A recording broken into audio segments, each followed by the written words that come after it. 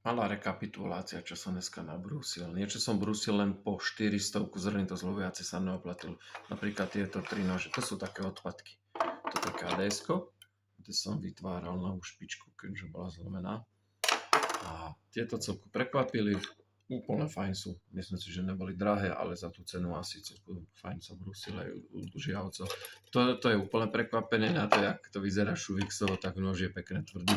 Jamie Oliver, úplne fajnové.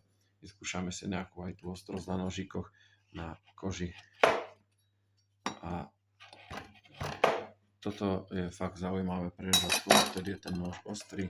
Toto je úplne tiež špičkový nožík. Som prekvapený, ako často sa mi dostane na brúsenie. Tie sa to dá prerezať. Vyskúšame tento z Kauflandu.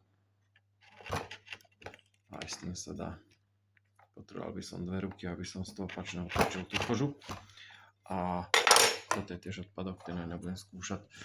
A teraz ešte tento. Toto je taká veľká zaujímavosť. To sa mi páčia takéto ručné výrobky. Je tu nejaká odliatá hlava levice alebo pantera, alebo čoho to je, ručný výrobek.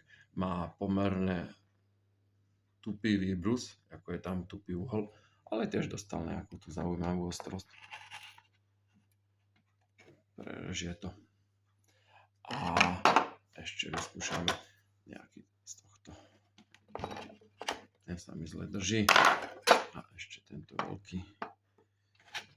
A ostrosť majú výbornú tie nože. Teraz tá nepríjemnejšia časť, treba tie nožíky poumievať, lebo brúsenie je špinavá práca. Takže máme nabrúsené.